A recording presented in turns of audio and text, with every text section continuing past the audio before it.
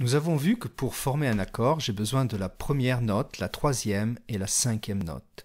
Si maintenant je rajoute la septième note, j'obtiens ce qu'on appelle un accord de septième. Donc maintenant, j'ai la première, la troisième, la cinquième, mais en plus, j'ai la septième. Comment je vais construire un accord de septième? Exactement comme avant, c'est-à-dire que j'ai, par exemple, avec la gamme de Do. Donc j'ai Do, Ré, Mi, Fa, Sol, La, Si, Do. Et là, je vois que j'ai la première note, donc Do, Ré, Mi, Fa, Sol, La, Si, Do, la gamme. Donc ça se considère chacune la première note. Là, j'ai la troisième. Donc à partir de Do, la troisième, c'est Mi. À partir de Ré, la troisième, c'est Fa. Alors attention, je n'utilise pas Fa dièse, etc. parce que je n'ai droit qu'à utiliser les notes ici. Donc il n'y a pas de dièse ni de bémol. Et quand j'arrive à la septième note, si je compte à partir de Do, la septième note, ça sera Si. D'accord? Do, Ré, Mi, Fa, Sol, La, Si. Si est la septième note.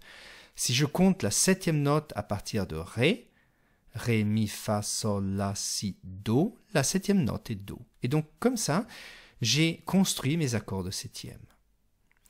Ils ont un nom. C'est pas très important maintenant de savoir les noms, mais je sais, et j'expliquerai peut-être plus tard pourquoi ils s'appellent majeur septième, mineur septième, mais ils ont ce nom. Par exemple, le premier, si je mets ces notes ensemble, Do, Mi, Sol, Si, ça donne l'accord de Do majeur septième. Si je mets ces notes Ré, Fa, La, Do ensemble, ça donne l'accord de Ré mineur septième. Mi, Sol, Si, Ré, ça donne Mi mineur septième. Fa, ça donnerait en fait l'accord de Fa. Et Sol, ça serait l'accord de Sol septième. Et l'accord de La, ça serait La mineur septième. Et le dernier, qui est un peu bizarre, à partir de Si, Ré, Fa, La, ça donnerait l'accord de Si mineur septième, bémol 5. Alors, c'est pas important les noms, puisque c'est la sonorité qui va être importante. Et donc, on passe maintenant, et on se dit, j'ai envie de construire une suite d'accords avec la gamme de Ré majeur. On sait que la gamme de Ré majeur correspond à D. Et donc, je construis exactement comme on avait fait avant avec la gamme de D, ou Ré majeur. Je sais que la gamme de Ré majeur a besoin d'avoir Fa dièse et Do dièse. Donc j'ai ça, et je construis donc la gamme d'abord, ce qui est en jaune. Ensuite, je vais commencer à rajouter la tierce. Attention, ici c'est bien F dièse, parce que dans la gamme, j'ai F dièse et j'ai pas F.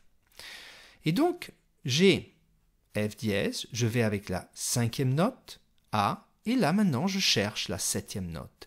Si je fais à partir de Ré la septième note, ben c'est C ou Do, mais je dois avoir un dièse puisque dans la gamme, il est écrit avec C dièse, donc je dois utiliser la même note, sinon je n'utilise pas la gamme de Ré ou de D.